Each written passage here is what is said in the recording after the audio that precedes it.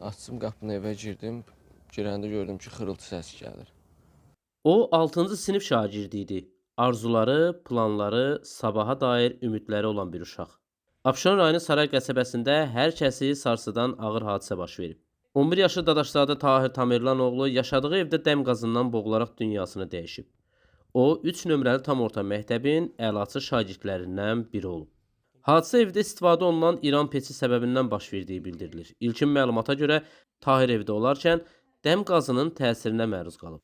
Oğlunun vəziyyətini görən ana onu xilas etmək üçün dərhal müdaxilə edib, lakin bu fədakarlıq bir ananın ən ağır sınağına çevrilib. Ana da dəm qazından zəhərlənib. Saray qəsəbəsində 6-cı sinif şagirdinin dəm qazından boğularaq dünyasının dəyişməsinin təfərrüatı məlum olub. Belə ki, hadisə məhz hazırda mən dayandığım bu ünvanda qeyd alınıb. Yaxınlarının verdiyi məlumata görə azyaşlı məhz bu mənzildə yerə yıxılıb. Bunu isə anası görüb və anası da huşsuz vəziyyətdə olduğu üçün hamam otağında yerə yıxılıb. Bunları isə mərhumun dayısı mənzilə gələrkən aşkar edib. Onu da qeyd edim ki, azyaşlı Saray qəsəbə 3 nömrəli tam orta məktəbin 6-cı sinif şagirdidir. Məhz bu mənzildə qalırlarmış. Təcili tibbi yardım briqadası tərəfindən xəstəxanaya çatdırılan azyaşlının həyatını xilas etmək mümkün olmayıb. Hamamın işığın yanındadım, gözüm gördüm bacım oradadır. Bacım oradadır, ağzından köpük gəlir, qapqaradır. Üzümü çevirdim, hamamla da üzbəüz mənim otağımda. Gördüm bacım oldu orada yerdə. Çıxdım, qışqırığıma qonşular gəldim, indirdim, maşına çatdırdım. Təcili yardım.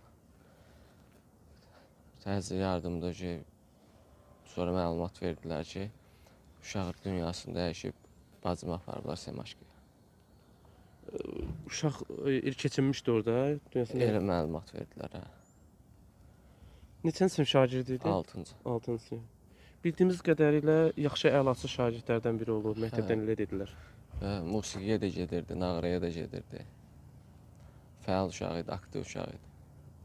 Faciənin ən ağırlı məqamlarından biri isə odur ki, ana hələ də oğlunun vəfat etdiyindən xəbərsizdir.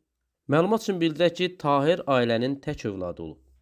Onun itkisi yalnız ailə üçün deyil, məktəbi, müəllimləri və sinif yoldaşları üçün də böyük sarsıntıdır.